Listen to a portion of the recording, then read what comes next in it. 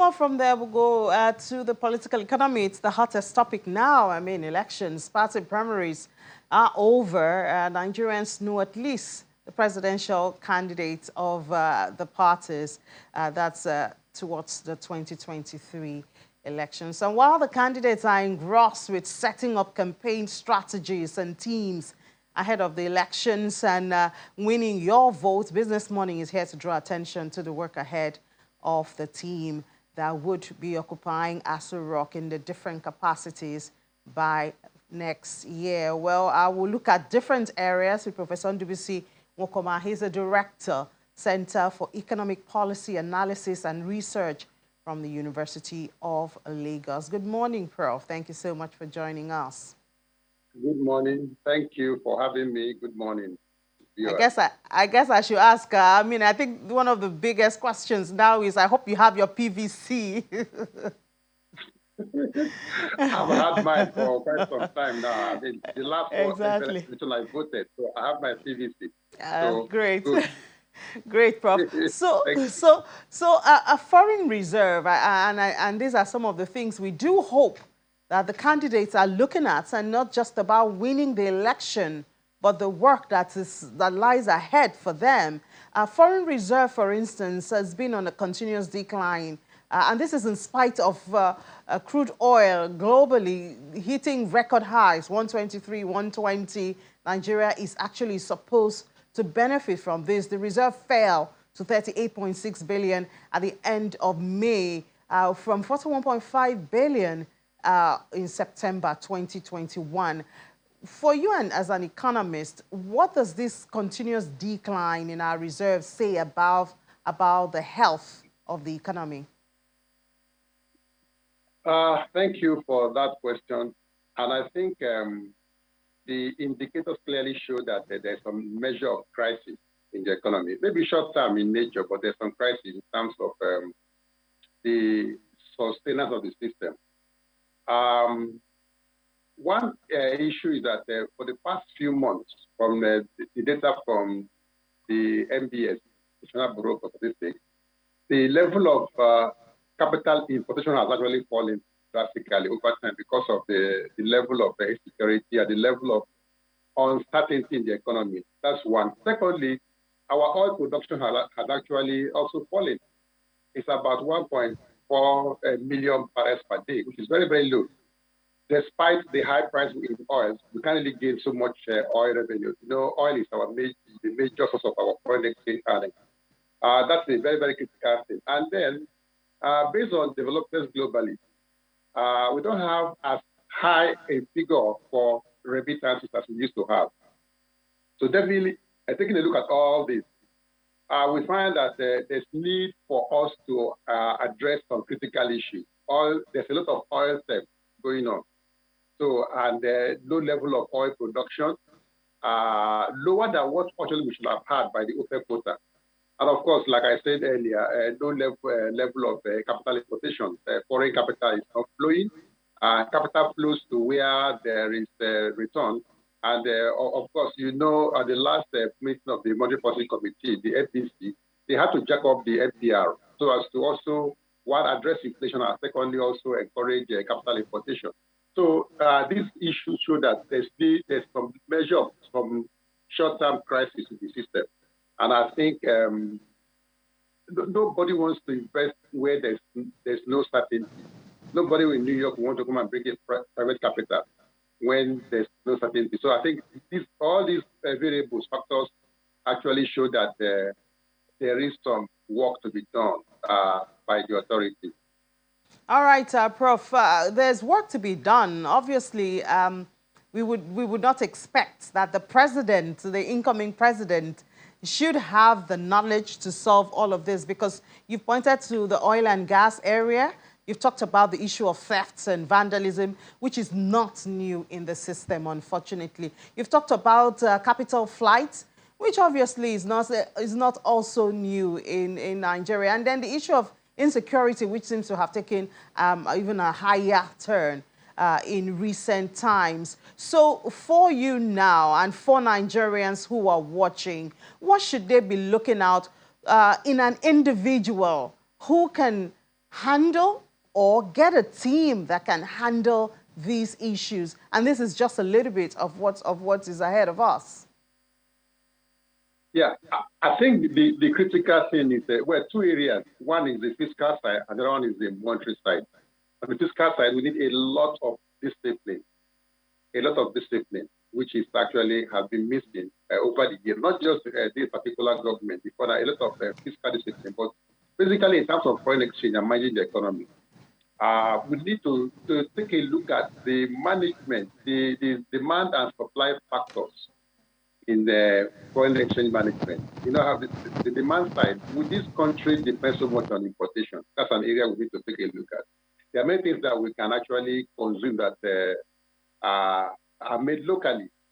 We need to begin to manage the demand for foreign exchange because all that puts pressure on the foreign reserve. When everybody wants to buy foreign this, foreign that, it's been quite some problems for the economy. Then supply management, this is a CBN program to encourage exporters to be able to earn foreign exchange. We need to really see how we can achieve it because unless we have an increase in supply, inflows, the major source we have now is primarily oil. And oil actually is failing. It's not really, it's not as much as we would have expected. And we can hear the Minister of Finance always talking about revenue is our problem, revenue is our problem, and so on. To me, I think the critical thing is the management of the little revenue that we have. Yes, everybody needs more revenue. I'm sure you and I need more revenue, more income, but we need to find a way how we can bring in some discipline. So the next government, whoever is coming in as president or the next administration coming in, they need to focus on discipline fiscally, fiscal sustainability. That has been missing. And a number of times, because of this indiscipline fiscally, central bank has been bailing out the government. Ways and means, it's up how many trillion? About 19 trillion naira. It's keep on increasing. The federal government has been overspending. And anytime they overspend, they'll go to CBN, Central Bank of Nigeria, to have some cover, overdraft. They take extra money and they will have the ways and means increasing. So CBN has actually been giving us a lot of cushion. And I think the need for fiscal discipline, which has been missing now, needs to be brought in. Whoever can bring that should actually be the person we should be thinking about. But that is up to Nigeria. So I think managing the supply and demand variables for foreign exchange is very, very important. Fiscal discipline so that they won't resort to central banks for ways and means regularly is a factor. Then the other issue is political interference in managing foreign exchange. There are many people who don't need this foreign exchange for themselves, but they do it as middlemen. There's a lot of racketeering going on. And with that, it adds to the price because exchange rate is a price. We now see the wide difference between the official market and the parallel market. 600 naira or 610 naira per dollar in the parallel market and about 420 in the official. So you can see the gap is so attractive. And so there's a lot, as alleged, a lot of political interference, racketeering going on. So someone who can be disciplined to be able to close this gap, I'm sure that will be able to, it will put less pressure on the reserve. Because when people are getting what they don't really need, they put some margin and they sell off. And then the end users actually are paid very highly, and that fits into inflation. So these are areas we need to take a look at. So whoever is coming in must bring in, one thing it needs to bring on board is the issue of discipline. Because if we keep on doing the way we are doing in the next administration, I think it'll be very, very bad news for the economy. Yeah, and another thing I think that connects to that when you talked about revenue is the warning of the IMF of Nigeria possibly using 100% of its revenue to service debts in a couple of years, 2026 to be precise, even though it looks like it might happen before then, because at the moment we are using about 90%, to service that. I guess that is captured in the area of fiscal discipline that you're talking about, because I mean, economists like you have said it's not wrong for a country to borrow, but it's actually what they use the money for that matters. Yeah, I think your point is quite valid, but when you borrow for consumption, that's the problem. And that has been the case for in this administration, for a number of years now. When you have your debt service payment, the ratio to revenue is about 90%, which means for every 100 naira you earn as revenue, either from oil or from wherever, for every 100 naira you earn, you use 90 naira to service the debt you had incurred before. And then you have only 10 naira left out of the 100. Then you have to borrow more, because if you don't borrow more, you cannot sustain the system. So that is the problem. And if we keep, so the borrowing continues. From the last figure from the DMO, it says that we have about 41.6 trillion naira debt as at March of this year. Over 41. And this government made a debt profile of about 12.5 trillion when they came into office in 2015. About 12.5. Now it's about 41.6 over this party. And so the next administration, we need to start pitching them ahead of time. And I think that area the government has not really been shouting about, which they should shout to themselves, is cutting down the cost of governance. They've been shouting for more revenue. I don't know where they'll get that from. Because people have been taxed in so many areas. They have taxes, stamp duties, and many taxes that were not there before they came on board have been introduced. And yet the government is still crying and shouting, they need more revenue, they need more revenue. Of course, they should need more revenue, but why don't you start from the expenditure side and see where we can cut the cost of governance, the presidency, the bureaucracy. It's choking. And that is why we have the ways and means as a central bank increasing, because there's fiscal indiscipline. So I think this issue actually is, we are actually there, everything is finished. So the debt service payment to revenue ratio is very high. And the IMF, in my opinion, they are right. And like you said also, I also agree with it. We may even get there before the 4 years' time, which from their prediction. So we need to, the critical thing is to talk about fiscal discipline. Very, very important. And I think it's very, very important. An issue to look at. The other issue is about the fuel subsidy. That has put so much pressure on government. Government needs to address that issue about the fuel subsidy. In as much as it could be very painful, we need to begin to address it, but in phases, and let the federal government bear the brunt, because it is their policy. So government needs to take up that issue again and see how we can adjust so that the economy will quickly adjust to the new normal. And then this burden on government spending will be reduced so that we will not get to a level where we spend all the money we earn to service debt. We should address the issue of fuel subsidy, and it's very, very, very important.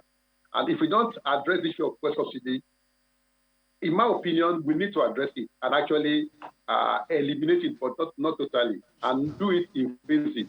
And alongside, we should be thinking of local refining of petroleum products. So all this will have to be done together. This is the way out, where something should be addressed. Look at the issue of local refining and minimize the potential of petroleum products. And then we should take a look at discipline in our expenditures. I think there's so much waste. And thirdly, if you look at the countries that give us this debt, they are very, very prudent with their resources, those that we are borrowing from. But we borrow from them, and then we are very extravagant. You see a governor coming in with 30 cars, a convoy. The president has a jet. He goes abroad, parks the presidential jet abroad.